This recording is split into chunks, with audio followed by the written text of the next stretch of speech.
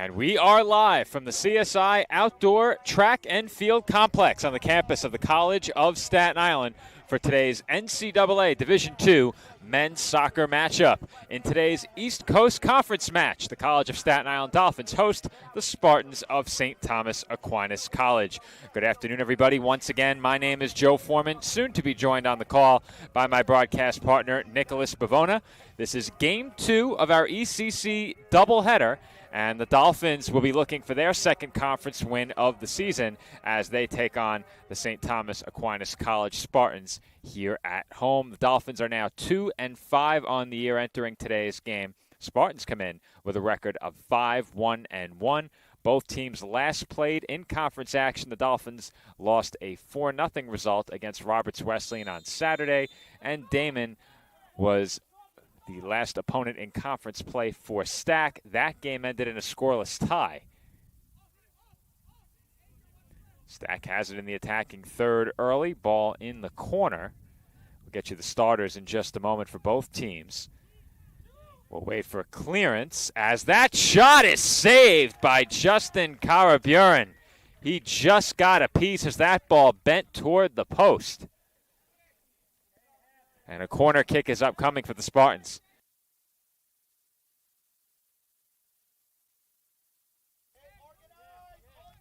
Corner kick Spartans to get this game started.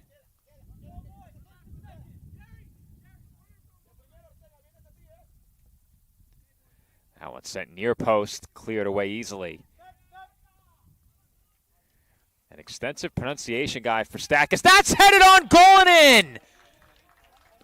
They had it in the corner and somehow were able to get it in front right along that near post. And early on, the Spartans have taken a 1-0 lead.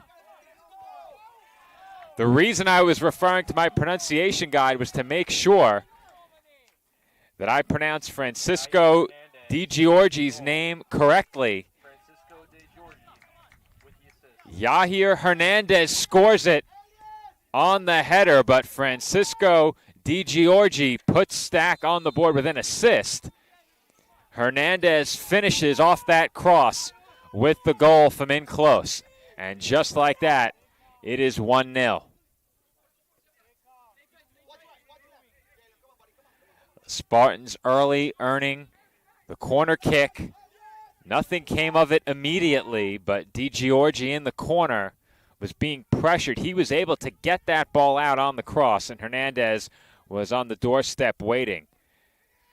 Karaburin challenged in a big way on two separate shots early. He stopped the first one, could not stop the second. Here come the Spartans again, and Karaburin, up to the challenge this time, is able to make the save.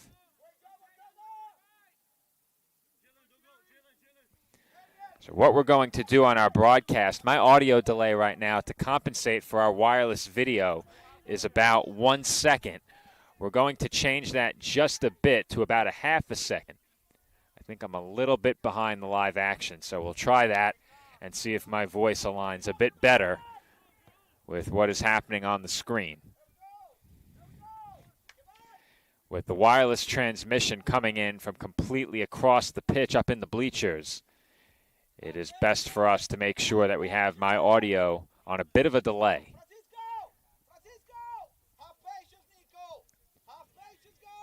Spartans have it once again and have had 3 high-quality chances early in this game. 2 stopped by Karaburin. It could very easily be a 2-0 lead for Stack here. Dolphins hoping to regroup, and while they do, I will get you the CSI starters in numerical order. Youssef Dardir, Luis Asensio Cueva, Gerald Sufaj, Brendan McGuire, Miguel Espinoza, Karai Arslan, Brian Garcia, Billy Pavlu, Judley Deplin, Peterson LaRose, and of course Karaburin in net for the Dolphins today. As I mentioned before, an extensive pronunciation guide for Stack. I'll have to refer to that from time to time. But their starters in numerical order: Johan Morales, he's the starting goalkeeper. Francisco Di Giorgi already with an assist. Yahir Hernandez already has a goal.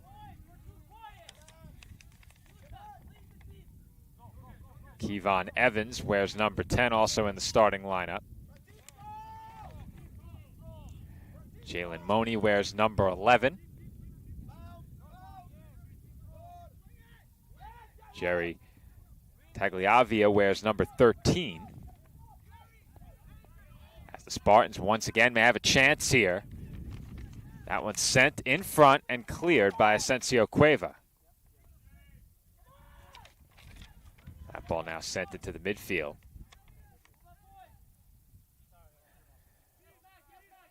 Elias 8 Boali wears number 19. Rafael Capello wears number 23. Nicholas Pavlou wears number 24. And Adrian Castillo wears number 28 for the Spartans. I'll be joined on the call by Nick Bavona in just a minute. He is attending to the live stats, making sure that everything is pushing, as it was not at kickoff. He's working on that right now. So the internet during game one, problematic for our live stream. However, we were able to solve that in between games. We are using my personal company hotspot right now, but whatever it takes. I don't always have that available here, as we often have weekend clients. We do not have a weekend client on a Wednesday, so we're all good. Ball in the corner on the foot of Pavlou. He's working toward the box. Left-footed cross is headed away by Stack.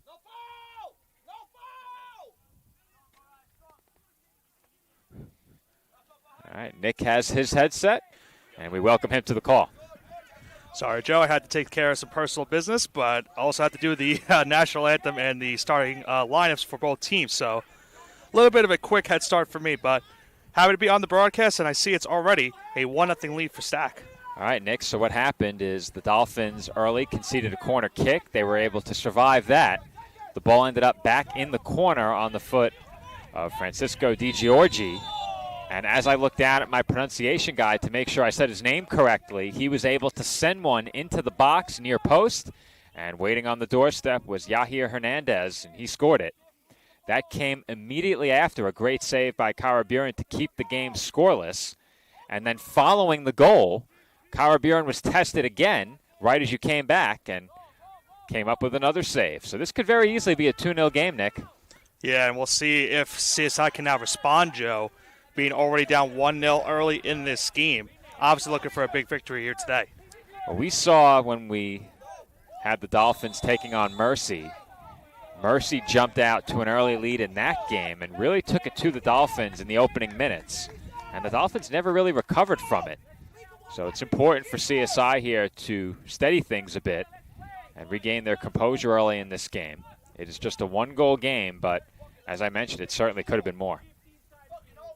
Yeah, and obviously being down 2-0 would be an uphill climb to battle starting this game. So thank for the Dolphins. They still trail by 1, but still a lot of time for them to get back into this one.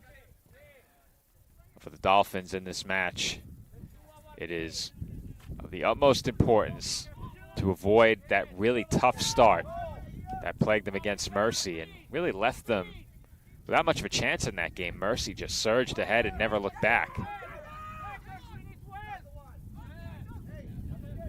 We saw early in the season as well, as this would be a Dolphins goal kick, that the Dolphins, though trailing in a couple of games, had plenty of chances to win those games.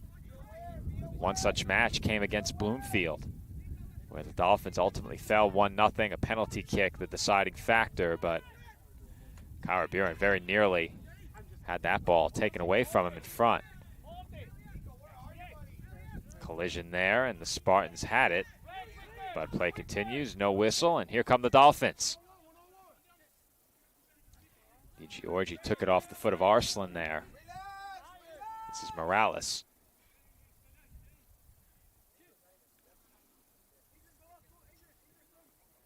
Morales has it back.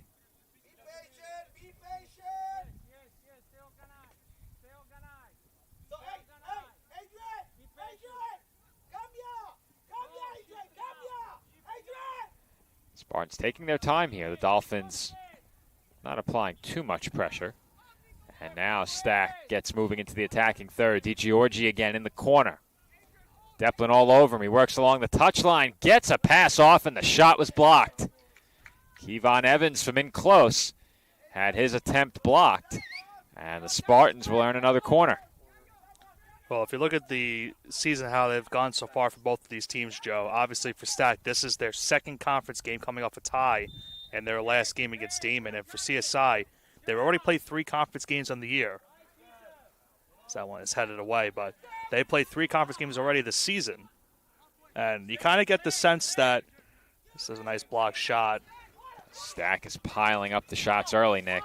But it's kind of similar to what we saw in the women's game where a tie, the CSI really could use a win in this game. A tie wouldn't be the worst thing, but they really could use the win at the end of the day, considering Stack has a lot more conference games left on this season. LaRose did a nice job there to navigate through a tight window and some traffic. But the Spartans with the takeaway may have another chance brewing here, as that is stopped by Kyra Buren. He has been tested early and often so far in this game and has done a good job given the circumstances. But you said it, Nick. Spartans obviously have more conference games. The difference for the men versus the women is that the men have a conference win coming in, so not quite as much urgency for them. The women still have 4 conference games remaining, but they haven't had nearly the level of success against any of those opponents like they've had against the Spartans entering the day. Unfortunately for them, they had to settle for a draw despite having the lead and a chance to go up a pair with less than 10 minutes to go. That Staten Island win that we saw was the last time we were on, or at least you were on the call for that game, that 3-2 win. Dolphins at the time had won back-to-back games.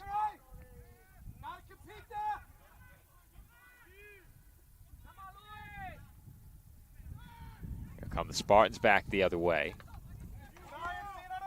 Good ball, sets up Evans. He plants his foot, shot blocked.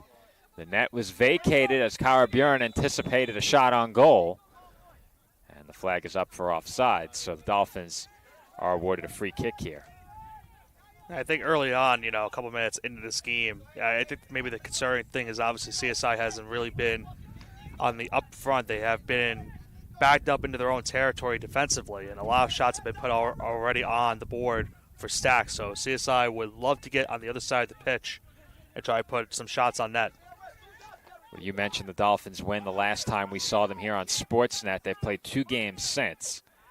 Those at Dominican and Roberts Wesleyan. The game at Dominican, the Dolphins had the lead, and then an early second half red card put them down a man. They ultimately lost 2-1. So the red card really hurt them in that game. And then at Roberts Wesleyan, it was a game a lot like the Mercy game. The Dolphins fell behind and never really had much on the attack. It wasn't for a lack of shots, though they were outshot in the game.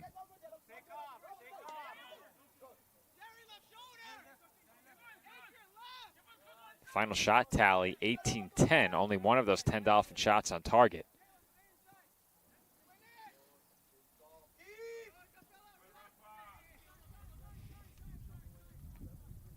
And much like this game, Nick, in that game, the Red Hawks scored in the first 11 minutes. That was all they needed.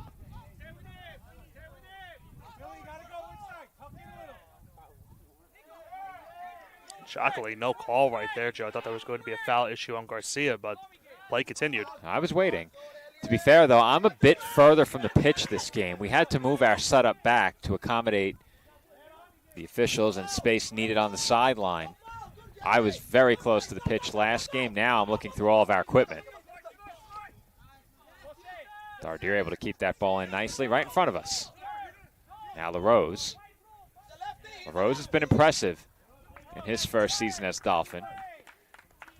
Brendan McGuire off to a really nice start. McGuire, a junior in his 3rd year with the team.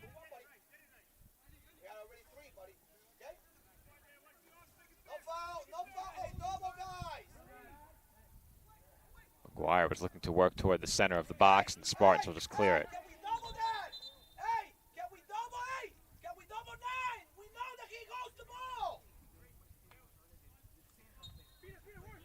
Stack knows the start Brendan McGuire's off to. I was going to have that sky report once you go into these games.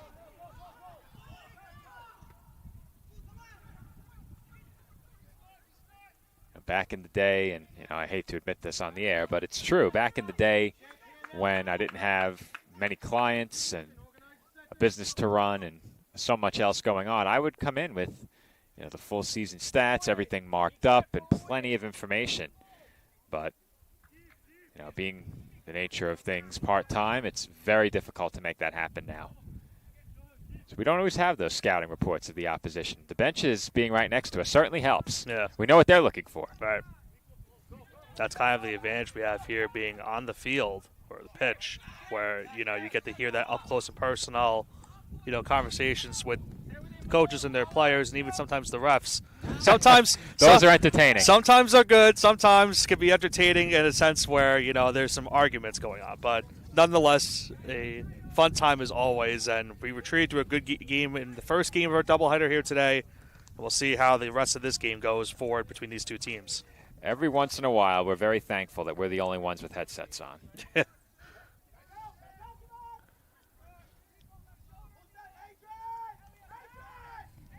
Karaburen will clear it away over the near side. There have been several dates that I've covered games here at CSI and elsewhere where I've covered 4 or 5 games in 24 hours. Yeah. And I've made full graphics for the games that are not on the ECC network where we have custom graphics. So sometimes there's a lot going on. Spartans have the takeaway along the near side. They look to move into the attacking third quickly, but a nice defensive play there by Deplin slows them down.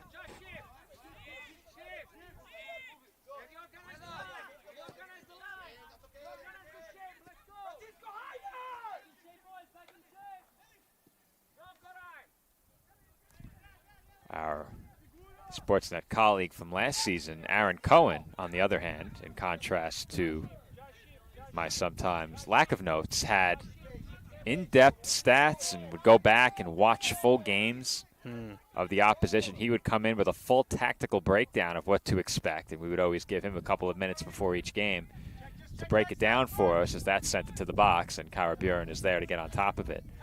But Aaron is working at Rutgers Newark as a grad assistant right now. And he was working under my former colleague here at CSI, Tom Krichkowski.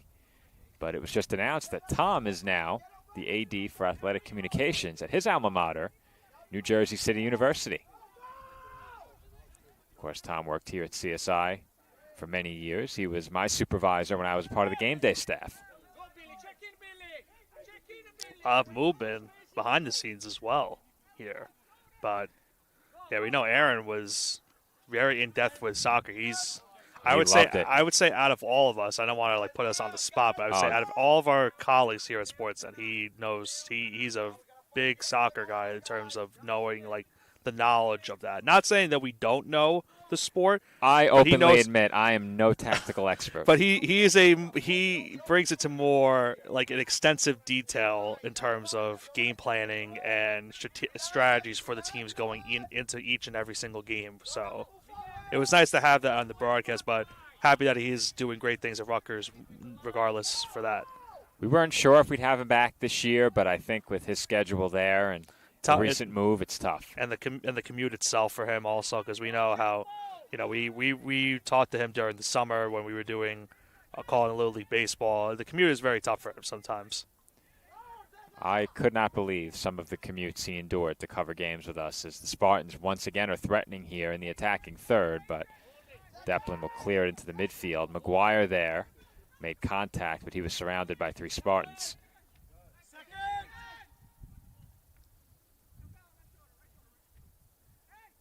This is LaRose toward the near side. Now Asensio Cueva. Back to Deplin. Dardier.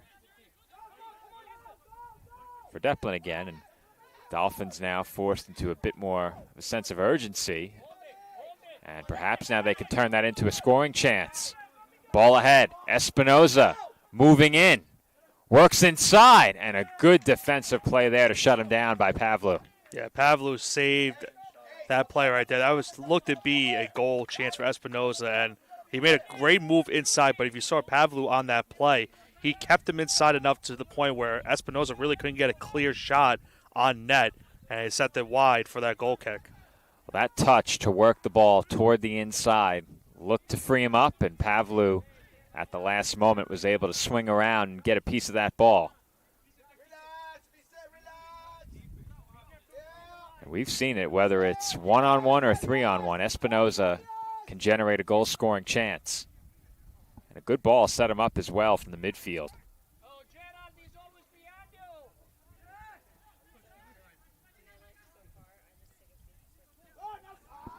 Pass intercepted by Garcia. That ball intended for McGuire. Now Pavlu bearing down.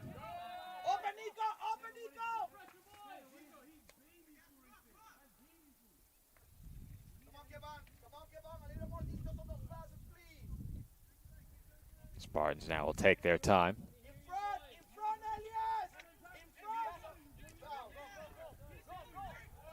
Quick turn and a foul.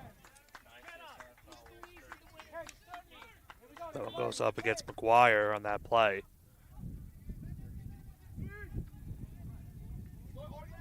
Tagliavea took a shot there and drew the foul.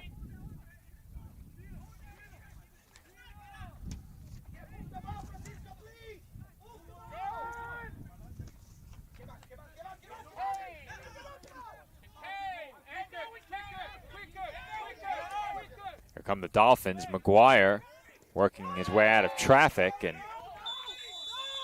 foul is called.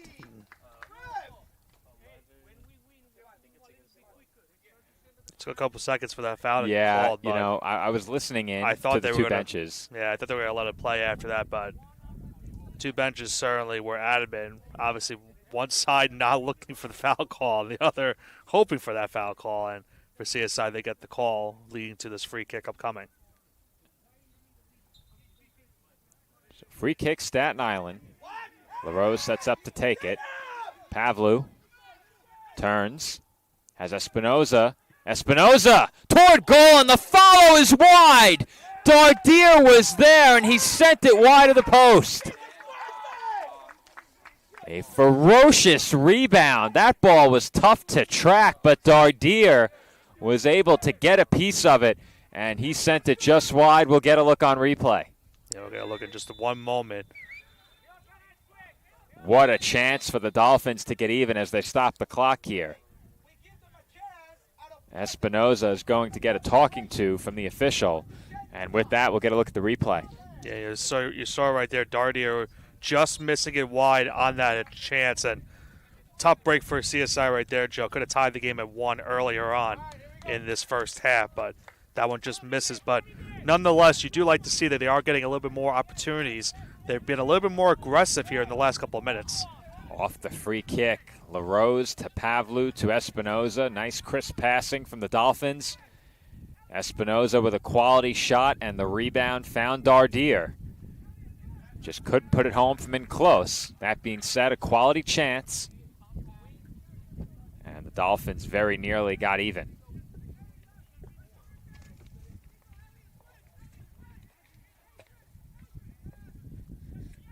Throw in Staten Island.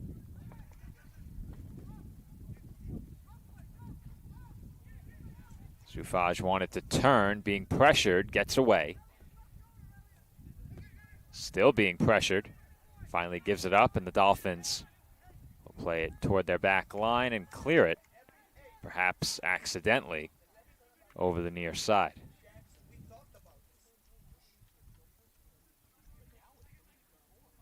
Throw in Spartans.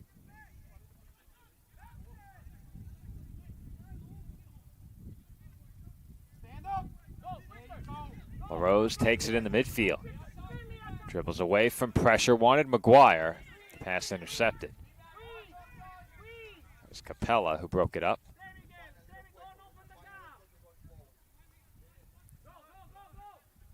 Morales Sends it away. DiGiorgi across the midfield stripe, plays it back. Capella could not keep it in. I was going to say, great attempt right there from Capella. Almost kept it in, but just went over the touchline, leading to the throw-in for CSI. Throw in Staten Island here.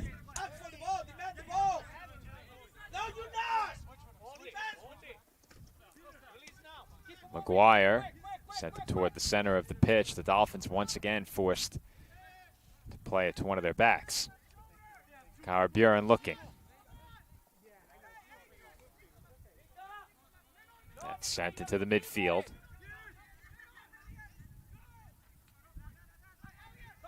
Now along the near side, Stack has it.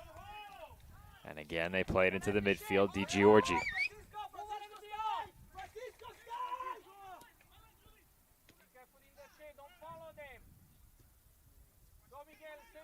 Pavlu up ahead.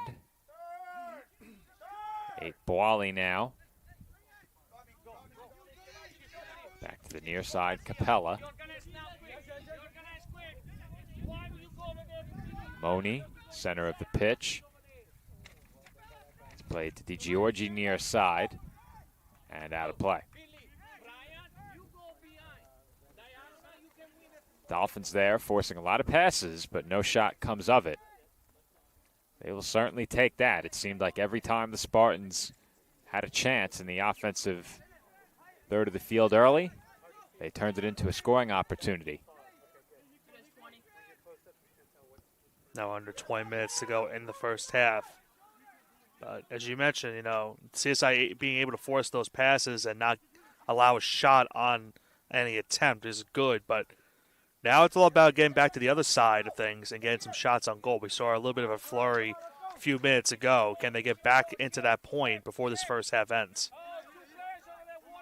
Dolphins could make the case, had the best scoring chance of this game on that Dardier follow. It's obviously a bang-bang play. One of your backs comes storming down and tries to clean up a rebound. There's always the question of how much traffic is in front of him as Arslan is fouled, but we may see a card here as well. I think we will. Yep.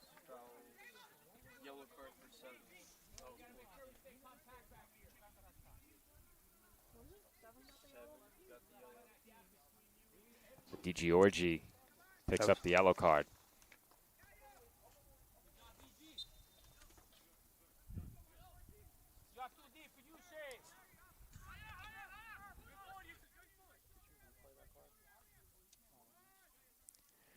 May have to go back and double check. I was thinking the same thing as you, Nick. Right now, Nick is reviewing the yellow card.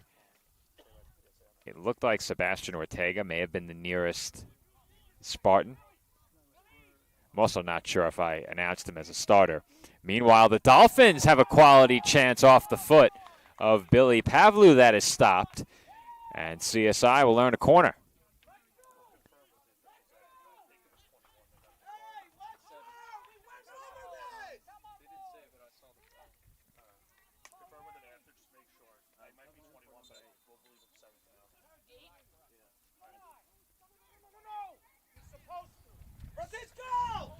Yeah, Joe, just wanted to make sure we had the right number for the card. We'll confirm with the officials afterwards also, but I thought initially maybe it was Ortega, as you mentioned, that might have gotten the card. Yep. So we'll have to see what the officials tell us afterwards. Might be able to get it even at halftime, we'll have to say. We should get it at halftime. Makes it easier during the breakdown and the wrap-up. First substitution of the game for either team coming on. Back to the pronunciation guy we go.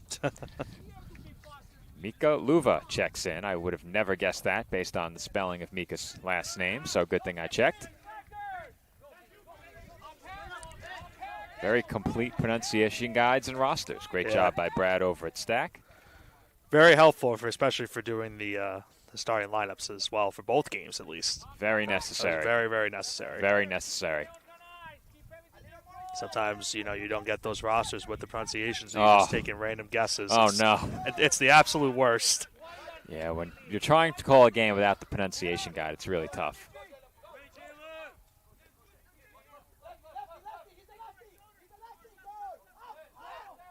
Ball played back to Kara Buren, and Spartans with a lot of bodies in the area around the box made that clearance tough.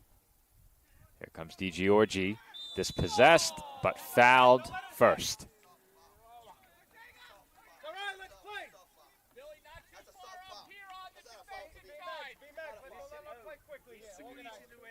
Not often, Joe. Yeah, you know, I'm listening in again. Not often do you hear the coach of the opposing team who got the foul called for them say that that was not a foul.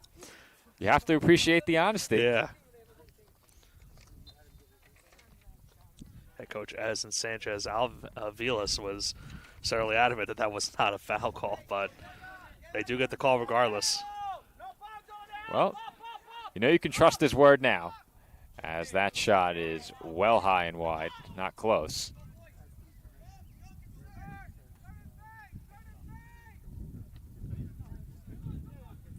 Goal kick Staten Island here. It's under 16 minutes now in this first half. Well, I said it before, the Dolphins needed to try and steady the ship a bit, and they've done that since the initial surge by the Spartans. Very easily, it could have been a 2-0 game, perhaps even worse. And the Dolphins did a good job to get through a difficult opening few minutes. They then generated a couple of chances, haven't scored, and would love to go into halftime even if they can. Perhaps even better if they can work quickly. Espinoza for LaRose. Here come the Dolphins now, moving forward with some speed. Espinoza gives way to Pavlu, who crosses. And Arslan had the highlight reel on his mind, Nick. You want that bicycle click right there. If he had connected and put that on goal, that would have been incredible. Yeah, that might be one of the better goals we've seen, not only here, but even at the old soccer field from last season. That would have been insane. The last bicycle kick, if not the only bicycle kick that I can remember calling, came back in our first broadcast in the return from COVID. So it was the 2000, or our first soccer broadcast following the return from COVID. It was women's soccer against Felician, opening day. First game back, Emily Albano had a bicycle kick goal in that game that I believe tied the score for women's soccer. The Dolphins then went on to win it in overtime. Here come the Spartans again. Moni taken down, no whistle. Capella into the box, cleared by Dardier. McGuire waiting. McGuire has a step, working toward the near side, now working backwards.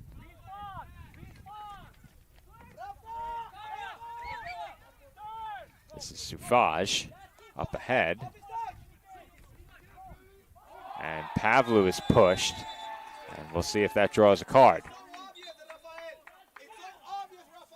No indication yet of the clock stopping, so it looks like it will just stay as a foul. Free kick Staten Island. LaRose toward the back post. Good kick. And the Dolphins sprinted right past it. McGuire had a chance, and another Dolphin did as well. As the Spartans earn a throw, but quality attempt on the free kick there by Peterson LaRose. Yeah, LaRose sent that one on a dime pretty much with that kick, and if not for that last second kick away from Stack, that might have been a header in for the Dolphins to tie this game. Off the throw-in, the ball rebounds into the midfield. Spartans nearly gave it away, but a quick turn from Castillo sees him overshoot his target on the pass just a bit, and Moni couldn't track it down.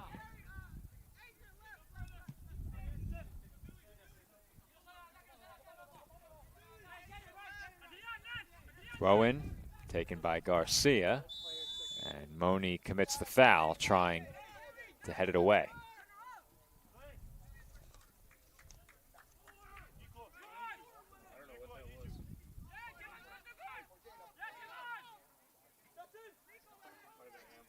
Kara Buren, redirected by LaRose. Capella there waiting.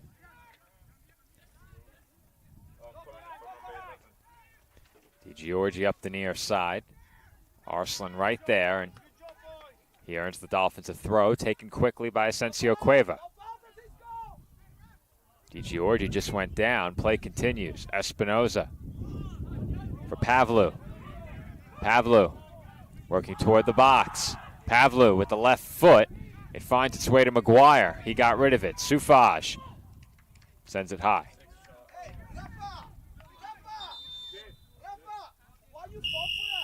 I'll lead to a sub here for Stack. Back to the pronunciation guide, Nick. It's Uno Elecuba. Elecuba into the game. Hopefully we got that correct. Now when you have that capital I next to two L's, you got to be careful. Looks like triple L's there. Yeah. No one certainly wants triple L's. Well, that would be a completely different pronunciation. I've never played Uno, the card game, because the pronunciation guide says like the card game. I need to stop and reply to X about that. The only reason I brought it up is because the pronunciation guide does say says like the card game. So. Also, it's being exclaimed from the Stack bench right now as they give him direction from the sideline. You can't tell if that's a play call. They're just mentioning towards him. So you really have never played the card game once? Nope. Wow. I grew up pretty much on Trouble as my lone board game. No Monopoly? That can be frustrating sometimes.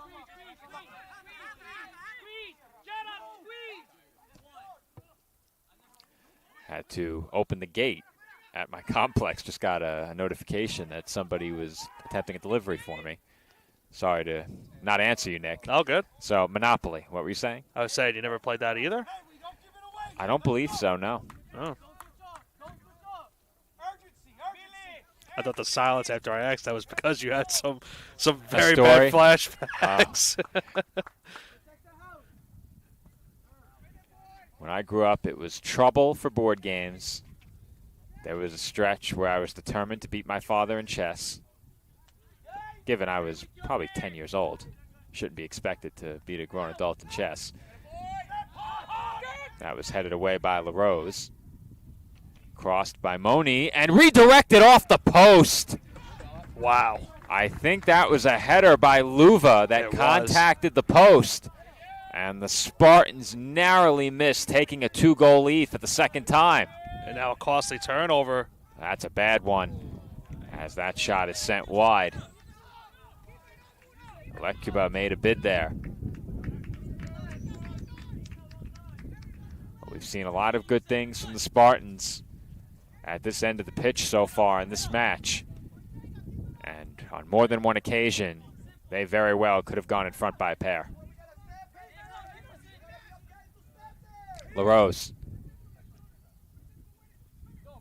for Arslan. And getting there first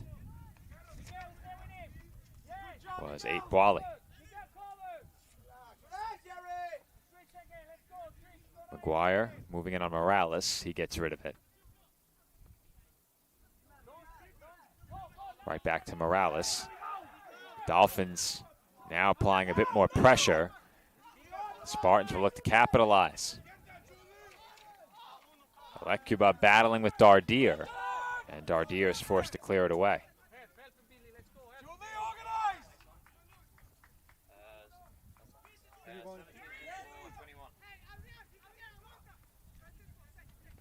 LaRose, and it was Pavlou who finally cleared it.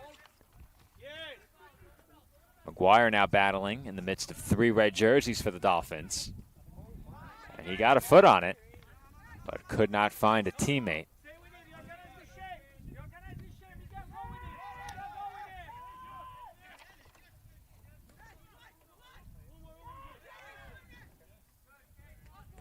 That ball rolls toward the touchline. It's met and crossed where Dardier did not need to play it. It was over the touchline prior, and the Dolphins are awarded a goal kick.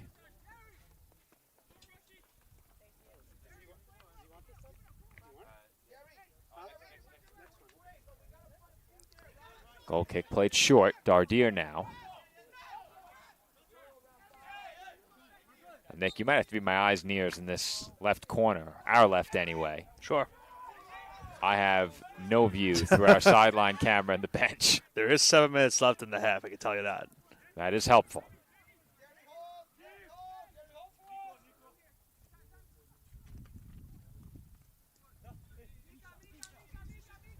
Capella along the far side. Plays it up ahead. That's Evans. And there goes the ball into the corner. And Dardier kicked it away. Go out of play. It'll be another throw-in coming up for the Spartans. Or excuse me, for the Dolphins this time.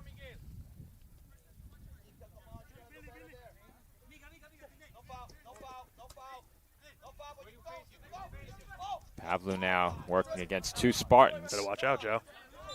I thought that was a Dolphins throw. We'll see what the ruling was, and that is the final ruling. Spartans tried to steal one there. Could have got their substitution in as well, but they'll have to remain on the sideline with now under 6 minutes. Well, we've seen it late in halves on occasion where a substitution is waiting to come in, and they get caught waiting for quite some time, coincidentally, when there's not a stoppage. Just so happens to break that way sometimes. Your team just doesn't earn a throw, and that's typically when players like to sub. Player waiting was asked if he wanted to come in on the goal kick. Spartans once again moving to the attacking third. Moni toward the touchline. Sends one off of Kara Buren, and it rebounds to the Dolphins. Sufaj now moving ahead with plenty of space. Wants Espinoza on the long ball. It's headed in the air. Now Espinoza tracks it down. DiGiorgi pressured by Espinoza into a takeaway. That's on goal and just wide. Did Morales get a piece? I don't believe he did, but it looks like the Dolphins are setting up for a corner. I think he did, Joe, at the very tail end. He saved it. We might see it on the replay. Let's see. Espinoza nearly tied the score.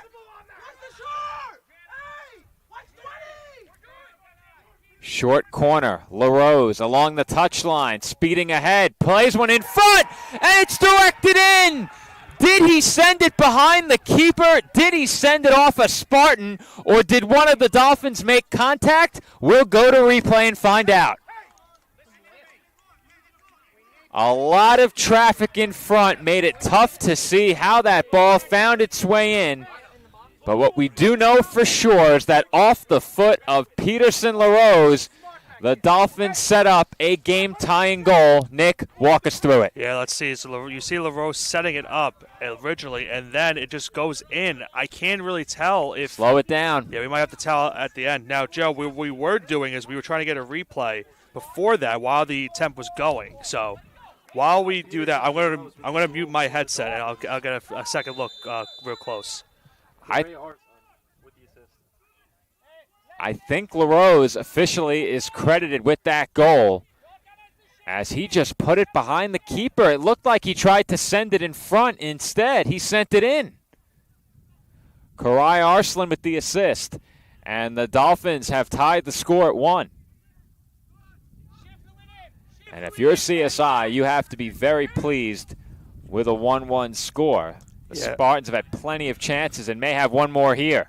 Left-footed shot was blocked, and the Dolphins clear.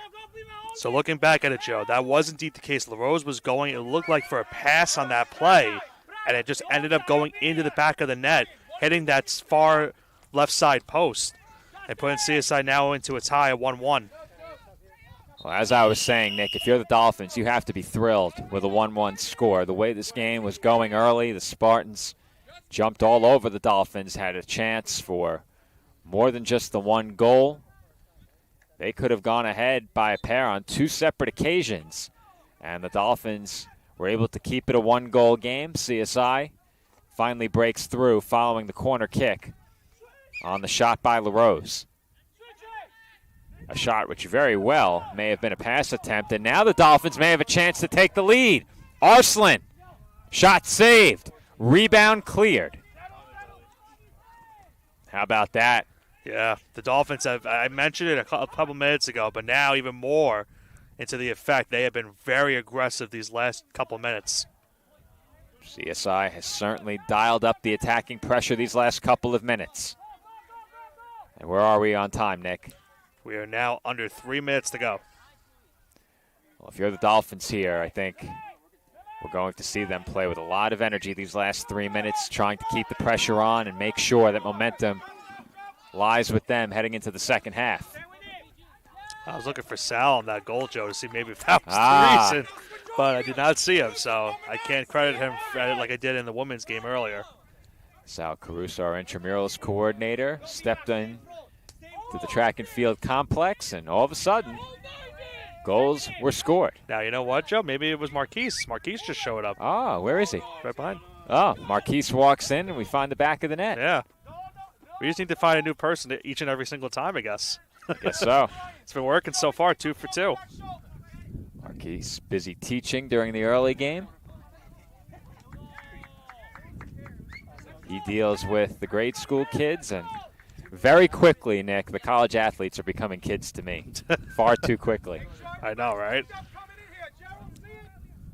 Even the same for me. I graduated in 2019, and it feels like just yesterday I graduated, but here we are, 5 years later. Corner, headed high. That was a lucky ball. We're just flexing how well we could read off the pronunciation guide, his last name. Well, I told you in pregame I had to watch back one of the broadcasts Yeah. for Stacked, and I wanted to make sure I got the right pronunciation, just in case, God forbid, there wasn't a pronunciation guide. And thankfully, obviously, Smart man. there was. Yeah. Smart man. The conference is typically very good with sending across their pronunciation guides. I can't recall a conference game where I didn't get anything in a very long time. 1 minute remaining. Started right there. 1 minute remaining now in the first half. Spartans have it with a throwing up coming, and the Dolphins hope to keep this score right where it is now. The Spartans could really change the complexion of this game with a goal in these closing seconds. Great job to work out of the corner there by Stack, but a bit strong on the touch. And the Dolphins have a goal kick forthcoming. We'll see what CSI looks to do here.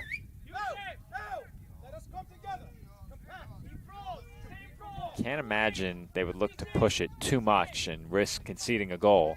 Yeah, now 17 seconds exactly, so they probably will just kick it away and send us into the second half. During our halftime break. And well, unless Arslan toward the corner, and the cross is blocked. Cleared away by Stack. 2, 1. And now I can say that coming up during our halftime break, we get a look behind the scenes on campus with our Sportsnet colleague Nick Durst, of course, on behalf of the CSI Communications Office. He takes a look behind the scenes at several different departments around campus. Athletics will get their turn, but today we get a look behind the scenes at parking services. I know they make a lot of friends on campus. Sometimes you may arrive at your car and find a ticket. Get a parking decal and make sure that you're all set up to park on campus. They might not be friends giving out those tickets. Well, they're our friends over at Parking Services, Sure. and Nick goes behind the scenes with them during our halftime break. We'll check that out, and when we come back, second half between the Dolphins and Spartans.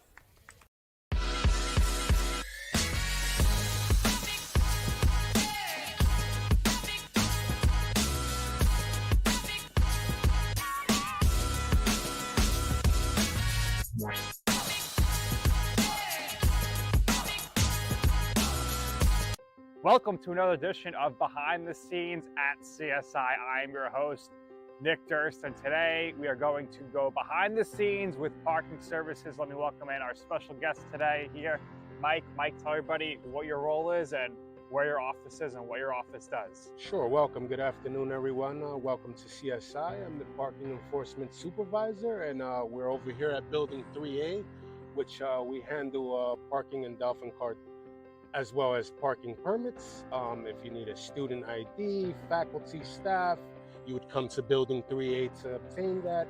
Or as far as permits, if you're parking on campus, whether you're a visitor, whether you're a student, faculty, or staff, you do want to make sure you have the proper permit to park on campus to avoid any ticketing. We do issue warnings, so the campus is pretty generous and fair. We don't issue citations right away for that. So if you do not know the rules of parking on campus, we leave very helpful blue postcards with all the information you would need to park on campus. So make sure you guys read these if you do get one of these on your vehicle. Yeah. So how do the parking terms work? Do you get a year pass? Is it per semester? How does it work? Okay, so parking depends. It works according to, what's your business on campus, whether you're here part-time, you might want to obtain a daily permit. We offer a variety of different permits. As far as daily, if you're a visitor, you want to make sure you obtain a visitor's pass. If you're a student, you want to make sure you have a student permit. If you're a faculty or staff, you want to make sure you have a staff or faculty permit. So in order to park on campus, you do need permission, you do need a permit. And we leave those helpful blue postcards for you guys. So either you can read them or we leave them with a number as well. You can call our office if you don't have time to come in person.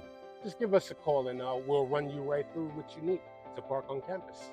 All right, so obviously you mentioned it, parking enforcement, that's your job. Yes. So let's go for a ride along here. We'll enforce some parking. Yes, sir. So we'll show us off your vehicle here. You have the club car, Okay. Yes, sir. golf cart. So we'll get in and we'll start driving. All right, and away we go. Yes, sir. Here we go. Here we go.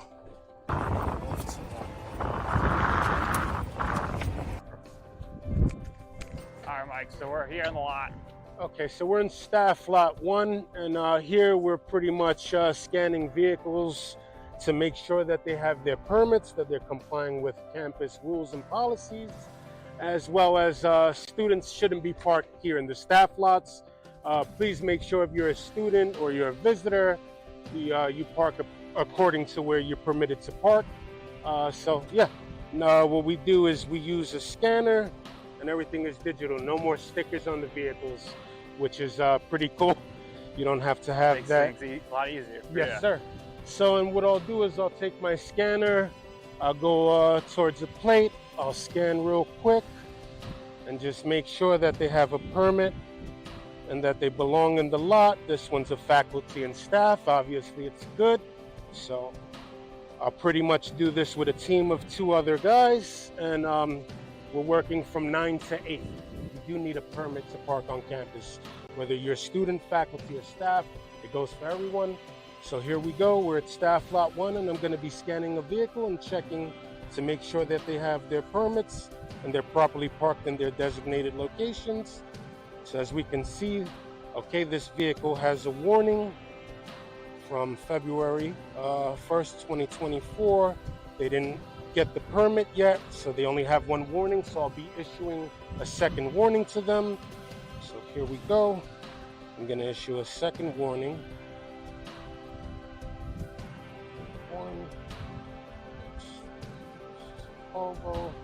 So I want to make sure that the license plate and the make of the vehicle is correct as far along with the lot that they're parked in. And I'm going to issue them a no active permit warning. No active permit. And I will be printing on my mobile printer. Here we go. So pretty much this is what the ticket would look like.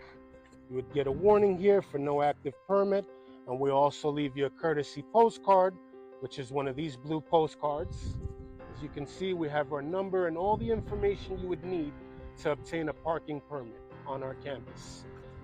And then I would issue this respectfully to this vehicle right here on the windshield, and pretty much that's it. So we just make sure that, the vehicle has the proper permit to park on campus. If you don't, like I said, we'll issue you the 2 warnings, and then we'll keep moving forward and just making sure that in this staff lot, there's only staff and faculty parked here. So it's very important that you pay attention to where you park at on campus. Would you say there's any particular lot that has the most offenders that are coming in without a permit? Yes, we have lots 1, 2, and 3 that get pretty busy. All right, right by the campus center. Right? Yes, sir. So, we have a lot of students that tend to park there, and my job is to maintain fairness in the parking lots. As far as if you don't belong in a handicap, please don't park in the handicap. because there's people with disabilities that really need them. And as far as like the no parking zones, the fire lanes, loading zones, if you don't have the proper permit to park there, please do yourself a favor, do not park there. You will be issued a citation for it. There are no warnings for direct parking violations. You only get 2 warnings for permits. If you don't have a permit, then the campus is courteous. We give you your 2 warnings. And whether you've gotten warnings in the past, we issue a set of new 2 warnings every new semester. So I believe the semesters are in January 31st and August 31st. Those are our 2 main semesters. And we go into grace periods as well for those 2 semesters. We issue warnings, and for the month, we don't issue tickets.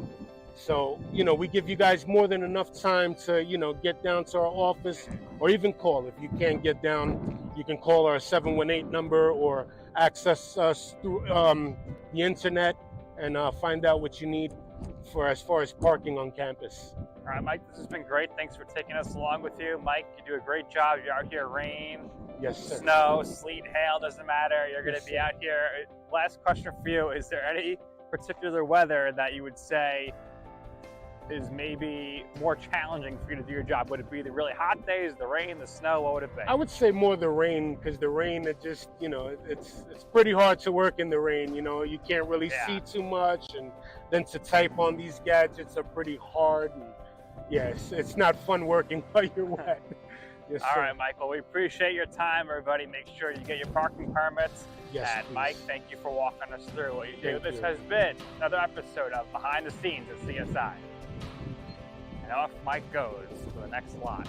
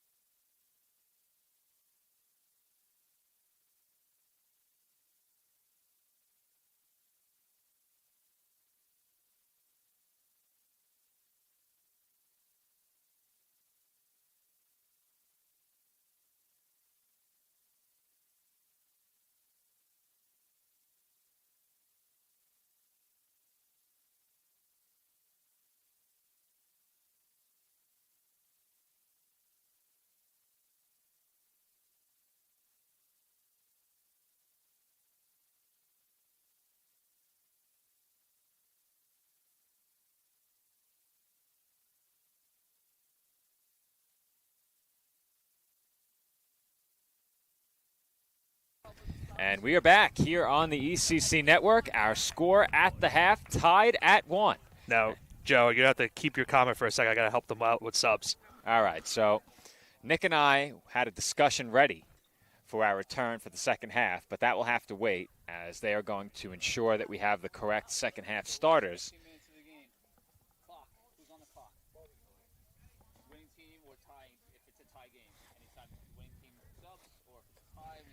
The official right now communicating with our clock operator, but once again, this is Joe Foreman on the call, soon to be rejoined by Nicholas Pavona.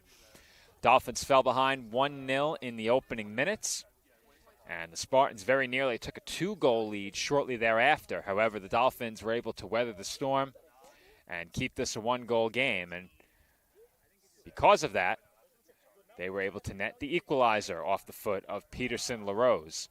Initially, we thought he might be setting the ball across the goal mouth in the form of a pass. However, that ball curved, hit the back post, and found the back of the net to even up the score. Taking a look at the Dolphins' second half starters, Espinoza, Pavlu, McGuire, LaRose, Garcia, Deplin, Sufaj, Dardier, Arslan, and Asensio Cueva. If I'm not mistaken, the Dolphins did not make one substitution in that first half. So all 11 Dolphins who started this game have played 45 minutes and will begin half number 2 out there. Much easier to eyeball the Dolphins starters, considering I know them all basically by face at this point. But they are working on stack starters right now over at the stats desk. Second half underway. Billy Pavlu has it for the Dolphins, and he plays it back to Dardier. Dardier very nearly scored in the first half, sent the shot wide. That came off of a rebound in front. The rebound was of a Miguel Espinoza shot. This is Sufaj. His pass a bit too strong, but now Deplin has it. Karaburin sends one across the midfield stripe, and it's headed back the other way by the Spartans. Now LaRose, near side. For Pavlu, who stumbled, he was trying to keep it in. Couldn't maintain his balance. All right, I think we have the right amount of subs, Joe, not to cut you off. All right, just making great sure. To hear. Great to hear. Well, Nick, as we mentioned before the half, we got to look behind the scenes of parking services. Maybe unfortunate behind the scenes for some of us. With our colleague Nick Durst. Now, they were giving out tickets during the behind the scenes. So I don't know how friendly that is. Not to mention, what if your vehicle was in that lineup? No comment about that, Joe. No comment about that. Let's just say that I was very surprised that the license plate weren't blurred off, and I was very surprised that there was a ticket involved in that entire process of the video. So we need some positive PR for parking services. They can't be giving out tickets on camera. We gave the positive PR before the half ended, and I don't know. Well, I obviously don't want to retract that statement, but we know they support the right NBA team at least. That's true. That is true. Been a very interesting week for them as well. Certainly has. Spartans threatening, and I think Karaburin got a piece of that one and sent it over the touchline. So the Dolphins will concede a corner kick here, and not quite the start the Dolphins were hoping for here in the second half. Yeah, we saw how the end of the first half ended for CSI. A lot more intensity. They were able to get a couple shots on net. They obviously got that one goal, a goal in which I think off the initial, impact, LaRose wasn't looking for a goal, or at least a shot on net. He was just looking to set up his teammate, but he ended up getting the goal regardless and tying this game at 1. And CSI, as I mentioned, showed that, aggressiveness towards the end of the first half, and now we'll try to carry it over here into the second half. But let's see what happens here on the corner. Always tough to gauge intent as the corner is punched into the air by Karaburin. He's back to his feet. And the Spartans continue to try and volley it toward goal and keep it alive, but finally it's over the touchline for a Dolphins goal kick. And yeah, it's definitely tough to tell what the intent was for LaRose on that play, but you kind of get the sense of feeling because of where the ball was somewhat going. Maybe there was definitely a opportunity to pass it towards a teammate, But then again, he might have been going for the shot on net regardless because of where the goalkeeper was when he put that one on. Well, given the angle, I assumed he was looking to pass it, but these players certainly are capable of bending a shot in from that tough angle right along the goal line. So he may have been shooting it. You never really know. But LaRose has it now, and he's stumbling in our direction. As that rolls out of play, throw in Spartans, taken quickly and deep toward the corner. Asensio Cueva heads it away, now LaRose again. Wanted Espinoza. It was not deflected, and the Spartans earn another throw.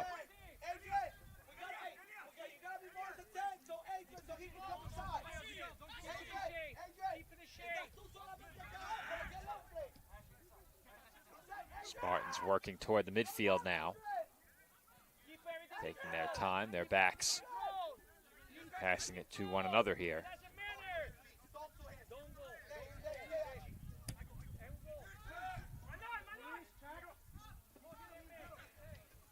That one just kept in by Akwali. And the Dolphins finally take it away. Baziko Jaya, one of the Spartans, who I believe checked in for the first time here in the second half. He wears number 18. And LaRose, a bit strong on the touch there, lost it as he looked to speed toward the penalty area. Stack working up the near side. Moni sprinting toward the corner, has it on his foot. And a strong tackle there by Deplin. Concedes the corner, so he did not send it off of Moni. And Stack, shortly after their previous corner, will line up for one more. They had a good chance the last time out on that last corner attempt that they got, so we'll see what they set up here to try see if they can get themselves to an early 2-1 lead. The goal they scored earlier was preceded by a corner. The corner did not directly lead to the goal, but it got them started. Dolphins looking to exit their own end here. Espinoza tracked it down, moving forward with some speed, has Arslan. Arslan looking to keep it on his foot, works toward the sideline. And no foul called. It will be a Spartans throw.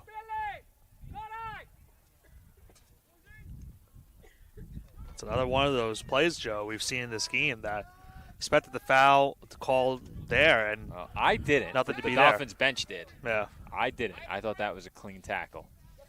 Dolphins bench wanted it, and you can't blame them.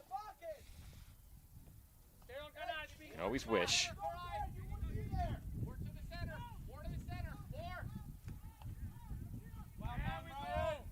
That ball headed back toward the midfield, strike by Garcia. It bounces along the sideline and travels over. Quick throw in by Stack onto the foot of their goalkeeper, Johan Morales.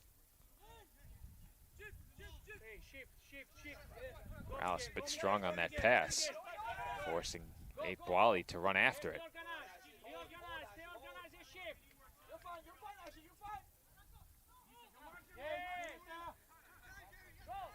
Played off the body toward the center of the pitch. Spartans do keep it. This is Moni near the corner of the box. Working in, set up a man in front, and I think that was Jaya who got a foot on it, trying to redirect. Long shot this time is well high.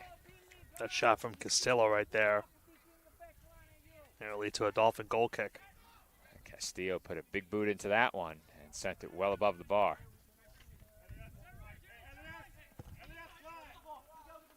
Here comes Dardier. Now Asensio Cueva. Sends it into the midfield. A good ball, splitting a pair of Spartans, but McGuire sent that one off of Pavlu. Quick throw in for the Dolphins. Espinoza weaving and ran out of room. Well, speaking of Miguel Espinoza, one of my favorite projects that I've worked on since returning at the end of 2022 features Miguel Espinoza among many other student athletes. One of our ball runners, Wayne Stevenson, also featured on our banner on the front of Building 1R. That went up, I believe, right after the season ended last year. It did, yeah. It's great to see that come together.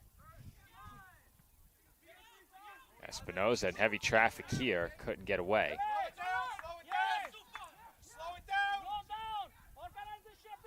Spartans look to move forward on the attack now. Dolphins do regroup defensively. Good strong tackle there. Garcia and LaRose in on it.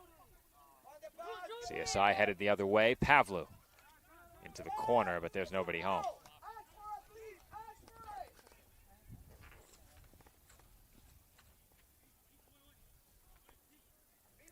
Pavlu. Over to Akwali. Jaya. Sent it out of play over the touchline. He wanted Tagliavea on that one. Karaburen for Deplin. Deplin sends it across midfield. Once again, nobody home. Pavlu giving chase.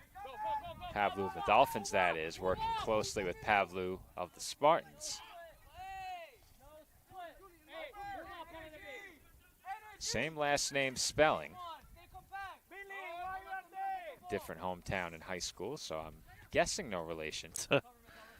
Guessing. I think it's a safe bet.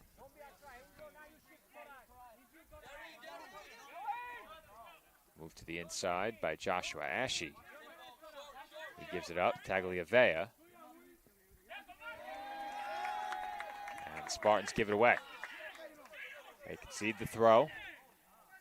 Asensio Cueva for Dardier. He's forced to retreat a bit and plays it to Karaburen. Deplin. Up the near side. Pavlu there. Plays it with the body. And that was immediately spilled over the sideline by Franco Israel.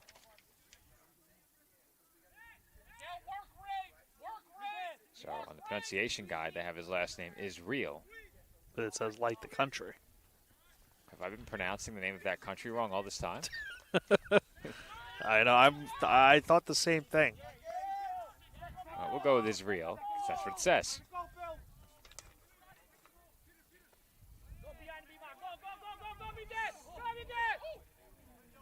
That time, Morales forced to come off his line and send it skyward.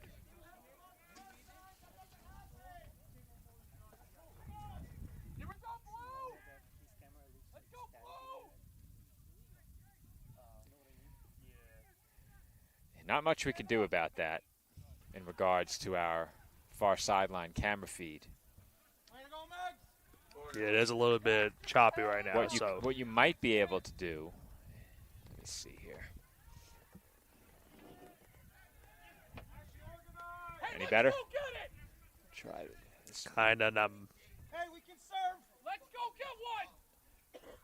And unfortunately, when we're working with wireless technology, we're at the mercy of the signal as LaRose sends that one high and wide.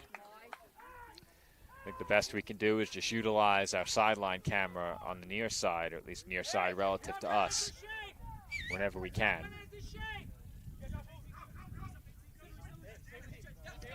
It might return to normal later, but I think how many wireless signals are around it certainly impact it.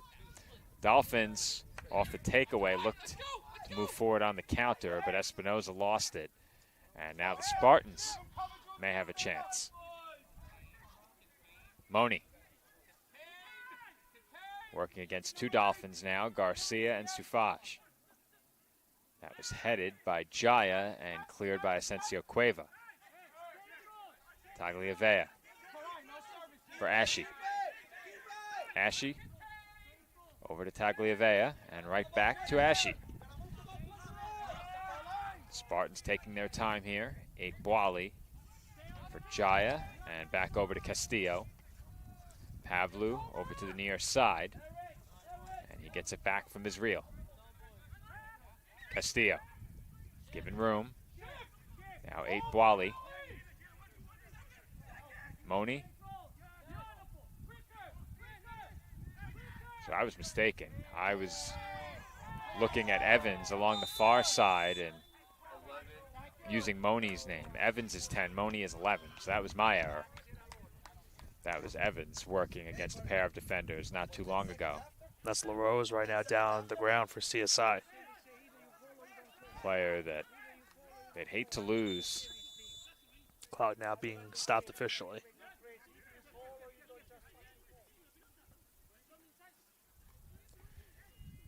He looks to be all right.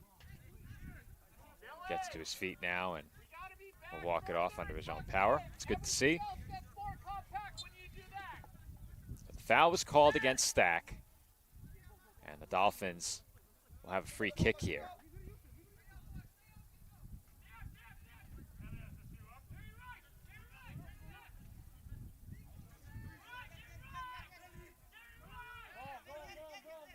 Dardier gets into it, headed by McGuire, and Espinoza was there waiting. Fortunately for the Spartans, they make contact first, and will now send it a long way across midfield, headed by Deplin. Suffrage nearly got the leg up high there. Yeah, that was almost a very bad collision right there. Yeah. Have to be really careful on those, obviously, to avoid any foul or booking and a dangerous collision. Ashe for Moni. Tagliavea wants Jaya, gets it right back. Ball in the corner. Moni looked to play it into the box. LaRose gets to it. Dolphins don't want to concede a corner, and they do not, at least not for now.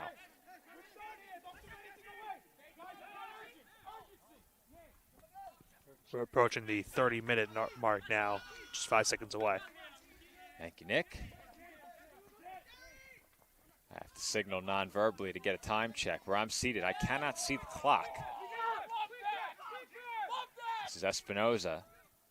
For Pavlu, that pass easily intercepted. Evans, strong touch. Dardier there waiting. And it looked like Dardier grabbed at his leg. But he's all right.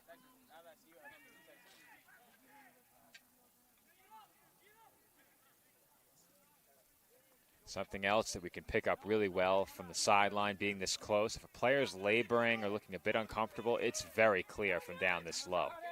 Not as clear from up in the press box. Arslan looked to work his way through traffic, nearly emerged, but finally had it taken from him. And now along the near side, Israel is working. Pavlu ahead. And it's sent right back the other way.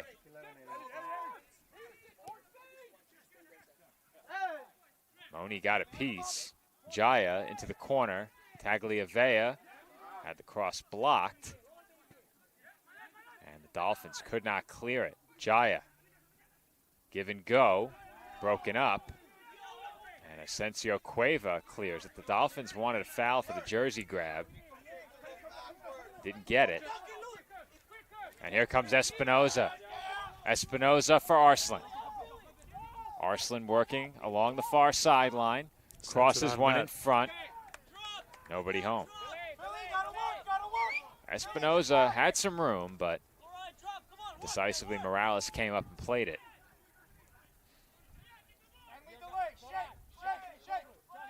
Israel.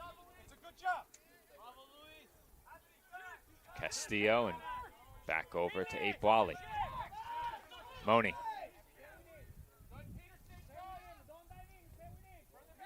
Had his jersey grabbed. Play continues. Ashe. Just given some space. Gives it up to Aitwali. Now Pavlu right back to Aitwali. Backs exchanging passes here. Israel. Pavlu and Aitwali again. That one sent off of Pavlu. Couldn't keep it as the Spartans now work just outside the box. Long shot, just a bit high. Karaburen was ready. And it will be a Dolphins goal kick following a pair of Spartan substitutions.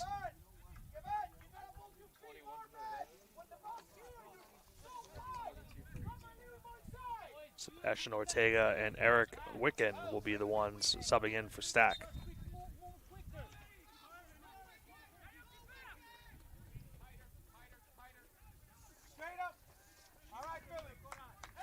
And the goal kick traveled over the touchline along the near side. So very quickly the Spartans have possession back with a throw.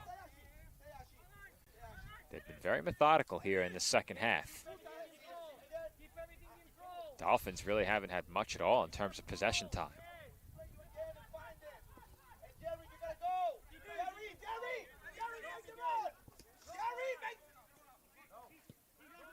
Ortega over to Ashe, just got it away. Israel into the box. Ortega, the nearest Spartan.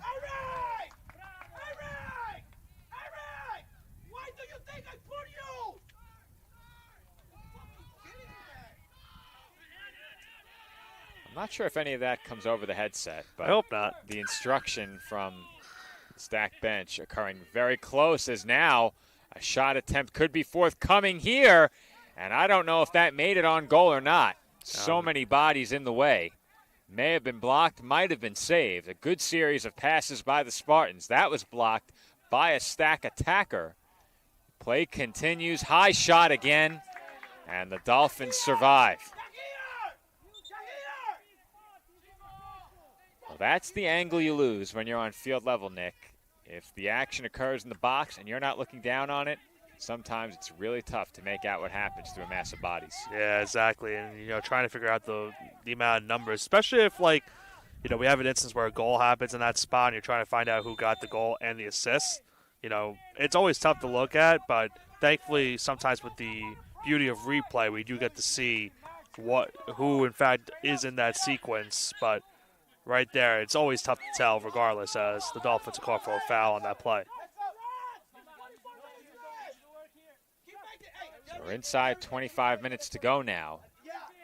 And Nick, I can't recall the Dolphins possessing the ball across midfield for more than maybe 10 seconds at one time. They have been on the defensive side of the field for a very, very long time. And we saw that beginning to swing in the Dolphins' favor late in the first half as that's crossed into the middle. And Karaburen sends it wide. On the volley, that was Wicken who just checked in. But late in that first half, Nick, the Dolphins began to swing possession time in their favor just a bit. The Spartans certainly had the better of time on attack in that first half, but the Dolphins did a better job late in the half to try and keep the ball with themselves a bit more. Here in the second half, it's been all Spartans. Yeah, we kind of saw it in the women's game too. That was a factor into Stack tying the game late. We kind of mentioned it towards that end where CSI was kind of on their heels, and it led to them being on the defensive side of the pitch for a good amount of time in that game. And Stack was able to get a goal because of that. And if you're the men's team now, you're trying to avoid that here. And Evans nearly scored again. Evans has been busy today. That shot, a quality attempt, but he was moving from left to right, tried to put it back inside of the left post. And now Stack will have yet another corner kick. They've had plenty of those here in the second half. And the way things are going, Nick, it just seems like a matter of time right now. The pressure has been firmly upon the Dolphins. And that header skips into the arms of Karaburen. Not to be lost in this game, Nick. He's been great today. Yeah, he has done a phenomenal job. And ever since giving up that goal early to start this game, he has really been on his toes, as a lot of people would say, stopping some of these shots these last couple of minutes especially. And he's keeping this Dolphins team within reach.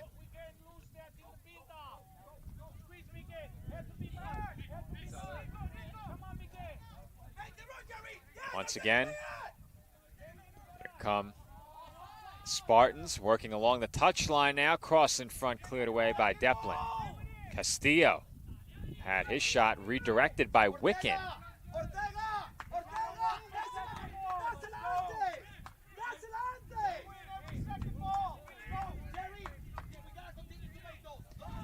Carburin will look to punt it away here. That's a long one across midfield. Bounces off the turf and is immediately headed by Israel. Now Espinoza with it on his foot. Espinoza for Pavlu. Pavlu works around one defender and through another. Pavlu had his jersey grabbed there and is dispossessed. LaRose spins away from one challenge. Forced to retreat, has Dardier. Now Asensio Cueva. And that directly contacted our power strip. We may have lost our transmitter. Did we? Yeah, just saying Chrome remote desktop host would like to allow something. That's it. All right, so I'm going to come take a look at that. Yeah, just double check that real quick. All right, let's see. Chrome remote desktop is how I control my computer away from home. So I'm not sure why that would be here. All right, so we're going to deny this for now. I don't know why the power supply being contacted would make that come up. I'm not sure either, but very interesting. Unless I tried to control it from my phone. No, I did not. All right, very unusual. That came up when the power supply got hit? Yeah. All right, then. Crossed by the Dolphins here, bodied away. But Soufage has room, shot blocked. May try again. It was blocked a second time. That was Pavlu on the second block. Dolphins with what was easily their best sequence of the second half, generating a couple of chances there. But the Spartans did not allow for a shooting lane. The official will move this free kick back. And the Spartans had to reset.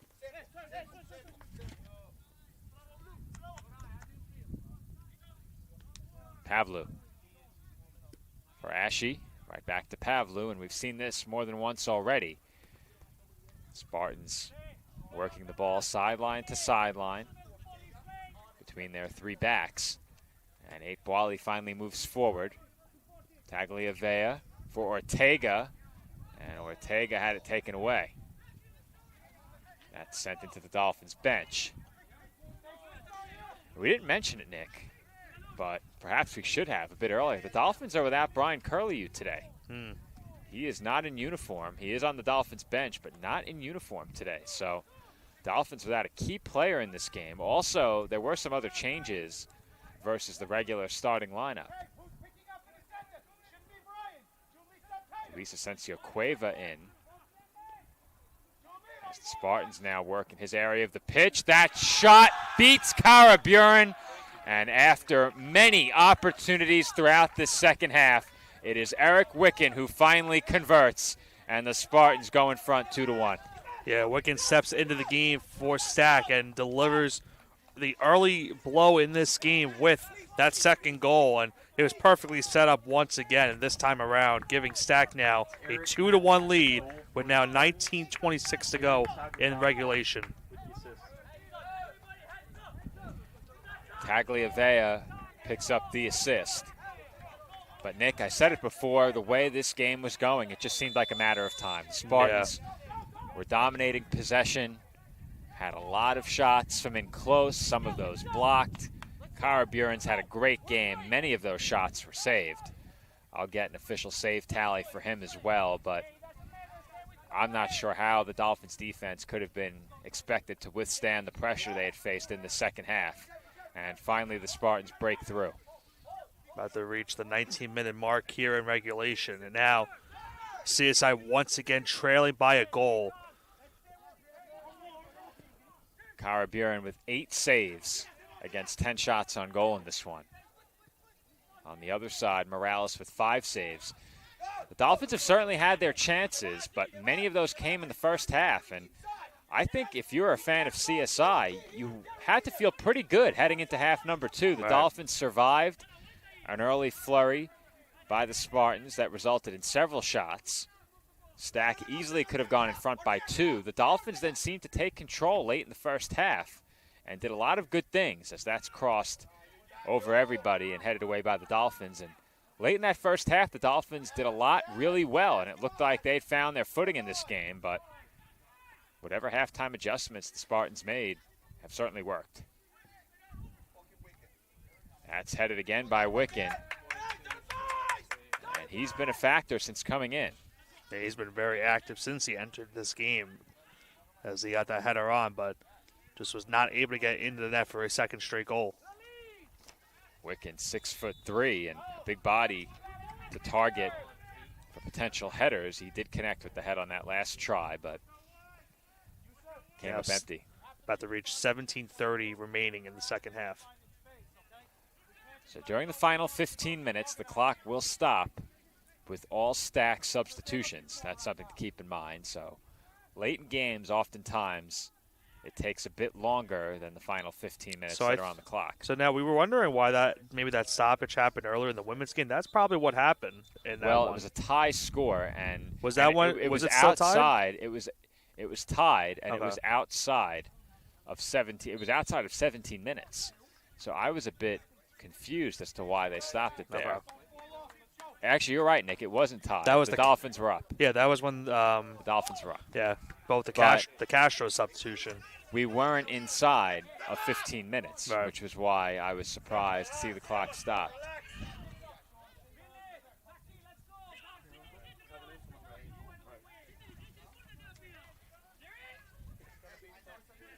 We await a throw in here for the Spartans. And it looks like the Dolphins are poised to make their first substitution of the game here. Yeah. Sean Fisherman waiting to come in. You got to wonder maybe is that a factor as to why the Dolphins, the second half, is kind of gone for them because they haven't had a substitution yet. That's a good point, Nick. The Spartans have made some changes, not too many, but the Dolphins had not made a change all game, and that's a really good point you make. And These players have been out there from the start. I think about it right now, the difference of this game is a substitution made by the Spartans, that being Wicken. That is a good point as well. They brought in a pair of big attackers off their bench. Cuba and Wicken, both forwards, and big targets in the middle of the box for those crosses.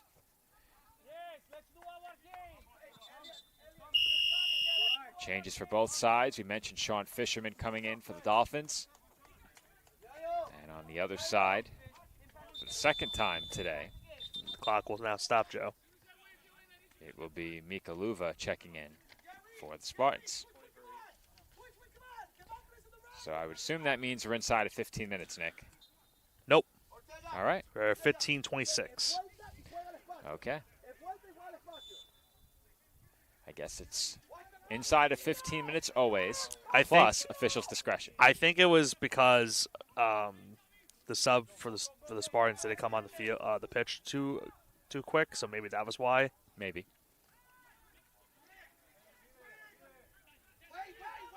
If you're the Dolphins right now, priority number one is to try and regain some control over possession. Yeah. Now you could officially say it's inside of 15 minutes. Can't score without the ball. Their goalkeeper has given them everything he has today.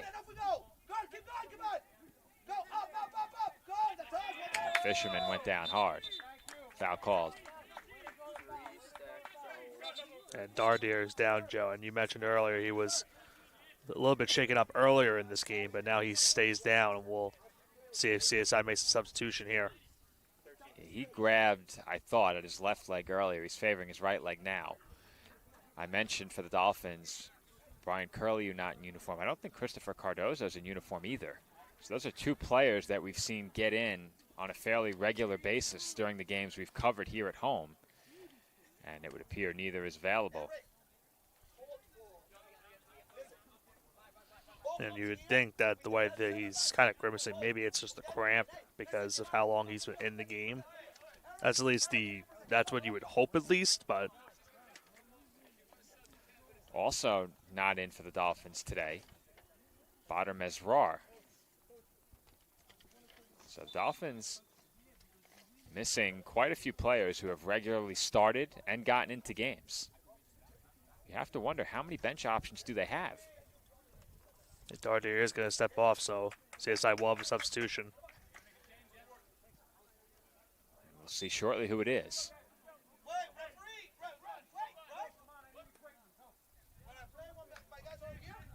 I have not seen a Dolphin come out of the bench area yet. Did they send somebody on? I think William Lopez is going to be him. All right. So it will be William Lopez coming in. It was Lopez that picked up that red card in the game against Dominican. I believe he picked it up as the result of a second yellow as well. I don't think it was a straight red card. I think it was a second yellow that then became a red. Those always sting. Lopez could certainly atone for that here, making an impact in this conference matchup and what is perhaps an unexpected entry late into this game.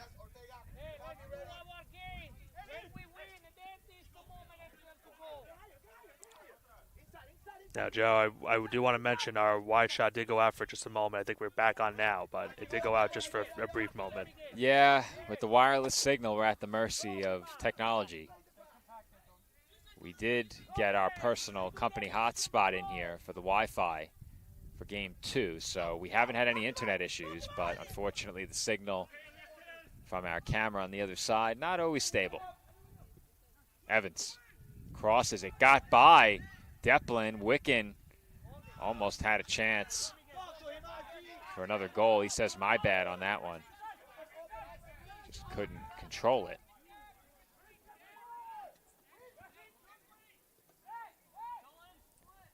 Morales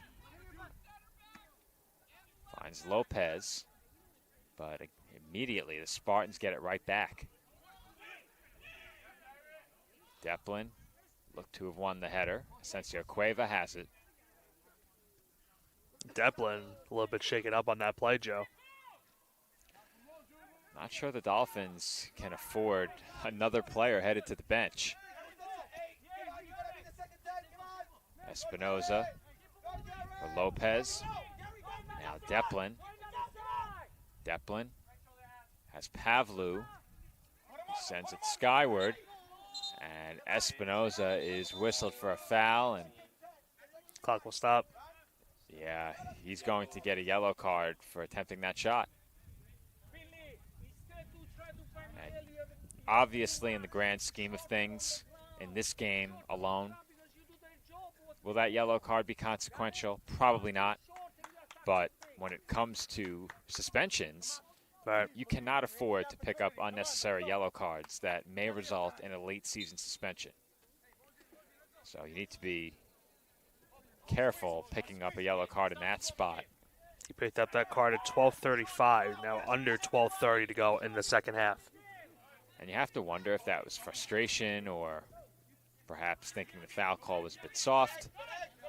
Either way, could be a mix of both. A yellow card that you don't want to pick up there. If I'm not mistaken, he did that in another game as well and did not get carded for it. Evans got that one away, now has it right back.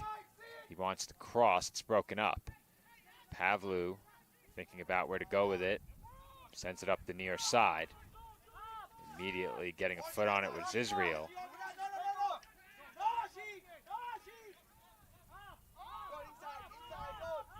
This is Pavlu for Boali. Castillo. Uva. Moving in. Ashe. Espinoza right behind him. Evans in traffic. Lopez defending.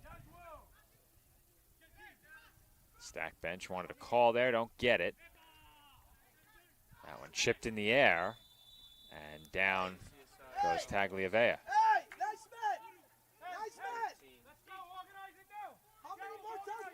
Free kick coming up here for the Spartans. And the clock just keeps moving. The Dolphins stuck in their own end of the pitch.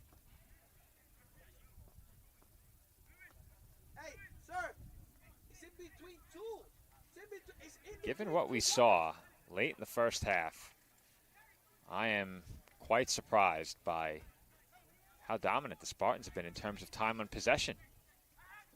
It seems that they had the ball this entire second half. Yeah. That's a quality shot. Karaburin made that save look easy. Not a bad strike. That was Ortega on that last attempt. Good news for the Dolphins is it will only take one to get even. Talk about close calls. Yeah, too close on that one. Too close on that one. That's the second time that our power strip has been hit.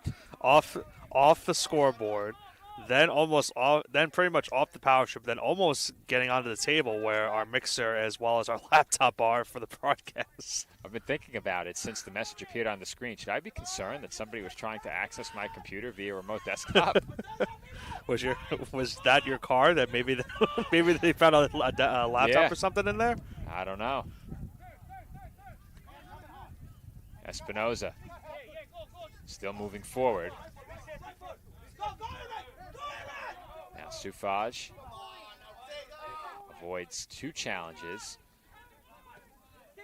And this is an attack the Dolphins really need to go well in this spot. And it's off to a nice start. Here comes McGuire up the near side toward the corner. McGuire for Garcia. McGuire in the air, wanted Espinoza. Lopez there, did not shoot it, and the Spartans take it away. Sufaj waiting in the midfield. Tagliavea for Wicken. No flag up. Wicken trying to work around Deplin. Shoots, it's stopped. Karaburin split and got a foot on it to keep that one out and keep this a one-goal game. Yeah, Dolphins were looking for maybe an offside on that play, but Wicken was able to keep himself onside. And got a good shot attempt, but just falling to the left as a great stop from Karaburin as the clock does stop indeed. But huge save for the Dolphins with now 8:33 to go in the second half. Clock has been stopped ahead of a Spartans corner. With just over 8.5 to play. The Dolphins moments ago had possession on the attack, and just seconds later, the Spartans are in a corner. And Pavlu missed a big opportunity there. He was all alone and tried to knock it down with the heel, just couldn't do it. And now Espinoza has a step. He's racing forward, goes down. Advantage, Dolphins here. And the advantage will not extend toward that takeaway. However, CSI does have a throw coming up.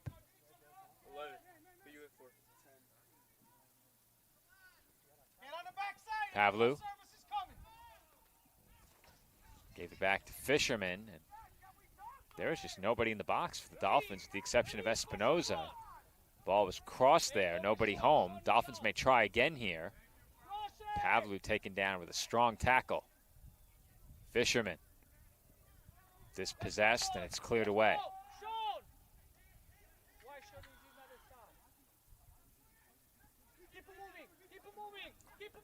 Lopez for Espinoza. Espinoza lost it. It's sent into the midfield. Sufaj there waiting. Fends off Wicken and draws a foul.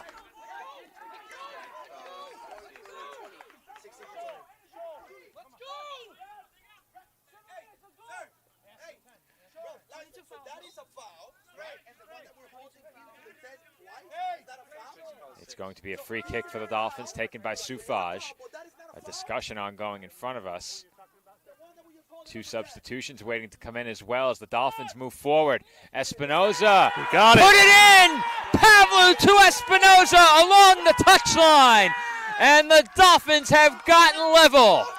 What a goal for CSI right there, Joe. Huge celebration right in front of us. Miguel Espinoza evens the score at 2 apiece, and 6:49 left. That's a huge goal for this Dolphins team this late in the season. Stack was disputing the foul call in the midfield, which occurred right in front of us. That discussion ongoing as the Dolphins attack progressed toward the touchline. Pavlu found Espinoza, and Espinoza found the back of the net as the Dolphins have gotten even in the closing minutes. High drama now here at the track and field complex, Joe. Under 6:50 left, and now we have a brand new ball game. Once again, it's 2-2. And we saw it during game number 1 today. The Dolphins and Spartans on the women's side played to a 2-2 draw. And in our men's soccer contest, the two teams even at a pair once again.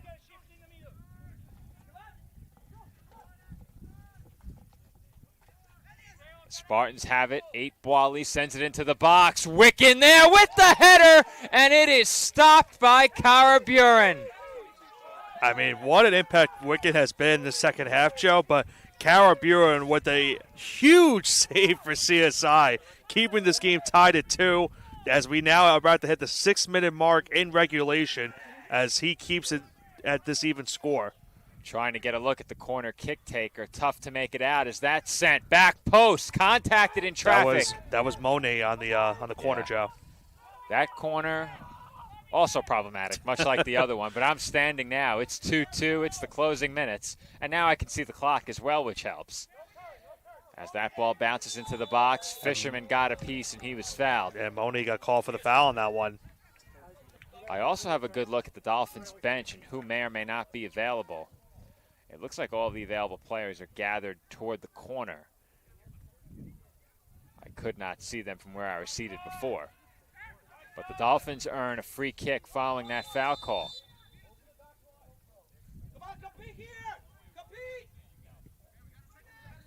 That one sent across midfield. 8 Boily got a head on it, as did LaRose.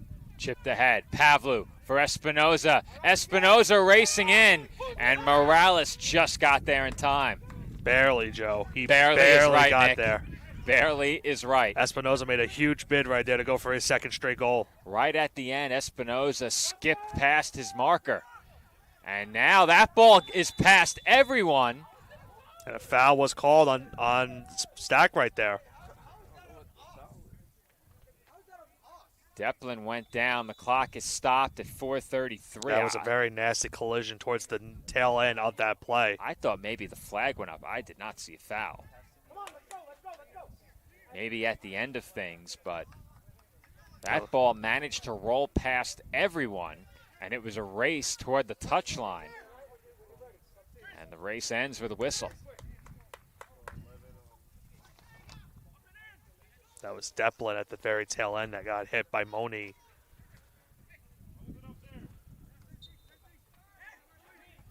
Looks like the Dolphins may be getting set to send Will Trees into the game. Youssef Dardier stirring now as well. Neither has checked in yet. We are inside of 4.5 minutes to go.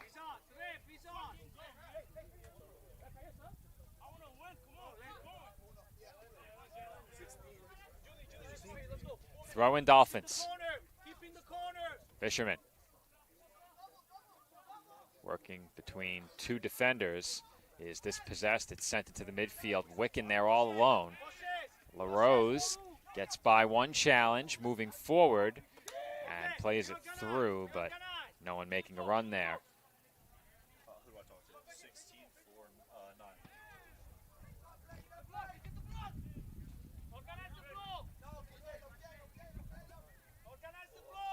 Spartans have it.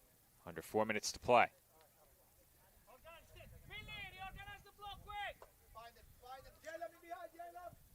Eight Boily works across the midfield stripe and sends one toward the box. Headed by Soufage. And Fisherman redirected it over the touchline. Substitutions on both sides. Clock will stop at 3:24 as well. Alekuba and Evans in for Stack. Trees in for Staten Island. Clock stopped officially at 3:24.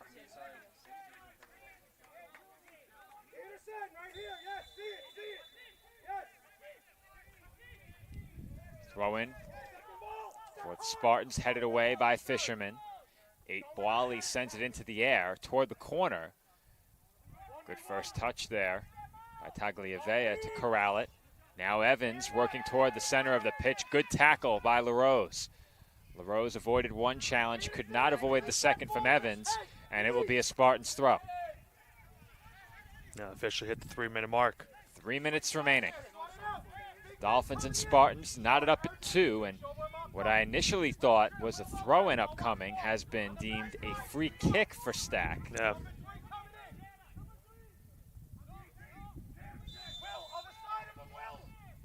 Israel will take it.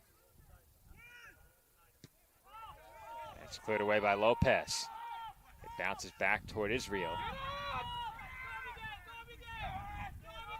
Morales with Espinoza closing in, got it away, it's kept in.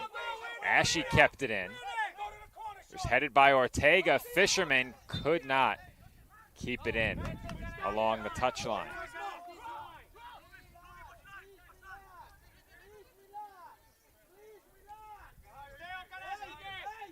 Just over 2 minutes to play. Long ball up ahead. Alekuba, the nearest Spartan attacker. Deplin battling him for possession. And Alekuba goes down. But it would be a Dolphins throw unless they called a foul ahead of that. They called a foul. They did. Yeah, that was on Alekuba.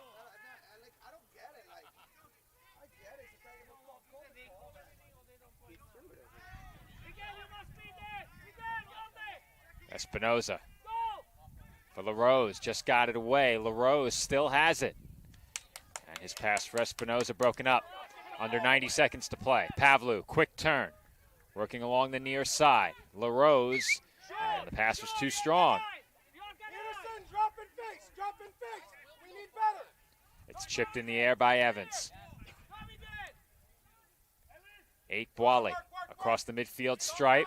Has Evans. Evans. And Lopez with a strong tackle dispossessed him. Evans perhaps thought there might be a foul. Play continues. 1 minute remaining. Asensio Cueva ahead. Sufaj had some room and just getting back ahead of the offsides flag was Pavlou.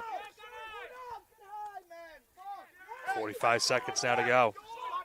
Final seconds from the CSI Outdoor Track and Field Complex in a tie game. And Joe, you get the sense that this might be the Dolphins' last chance, but it's going to be on the Dolphins. 30 seconds to play. 8 Boile has plenty of room here. Plays one toward Wicken. Wicken's header is just wide. Dangerous moment in the closing seconds for the Dolphins. And that might do it. If it's a CSI goal kick, that could end the game. Yeah, it looks like they're going to concede and go for the tie in this game. The Dolphins survive a late header from Wicken, as we will get a look on replay, and that is how close it came. Now, Joe, they're going to put 3 seconds back on because Espinoza went down.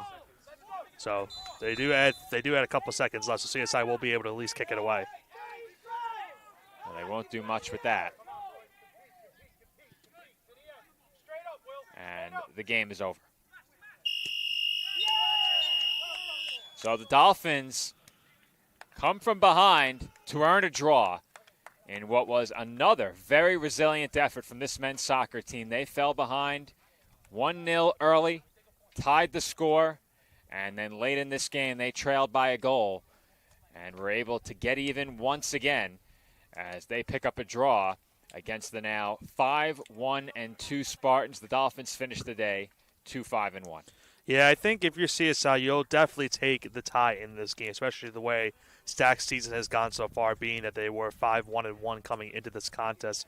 And now for Stack, that's back-to-back draws for them in East Coast Conference play, so they still without an official win or loss so far on the season. They're now 0-2 on the year in terms of their standings. And for the Dolphins, they'll definitely take the points in this game with the tie. Now going, it looked like for most of the second half, Joe, they were pretty much behind in terms of, they were on the defensive side of the ball. They really could not get into the other side of the pitch. And credit to them, they were able to set up a great play. Pavlou setting up Espinoza for that game-tying goal. A beauty of a goal for Espinoza on that one to tie the game at 2 and at least earn the Dolphins this draw on this one. Well, you said it, Nick. The way Stack's season has gone so far, this is a result the Dolphins will certainly be pleased with. A very strong team coming in here to the CSI Outdoor Track and Field Complex. The Dolphins defending their home turf. I was about to say took care of business, but at the very least they come away with a point in the conference standings. And at this point in the season, I think you'll take it. You have a game against Queens coming up on Saturday. You know that's a big, important game for this men's soccer team. Their first time back in Flushing since last year's East Coast Conference playoffs. That is certainly a matchup we look forward to this weekend. However, that game will be on the road. You and I will not be on the call. The next time you will hear from me will be on October 12th. It is women's soccer coat drive against Mercy University on that particular day. So be sure to join us here at Dolphins Soccer Park for that match as the women take on the Mavericks in conference play. The men faced the Mavericks earlier this year and fell in that game. But until next time, this has been Joe Foreman on the call alongside Nicholas Bavona for CSI Sportsnet. Our final score, 2-2. Dolphins and Spartans play to a draw in conference play.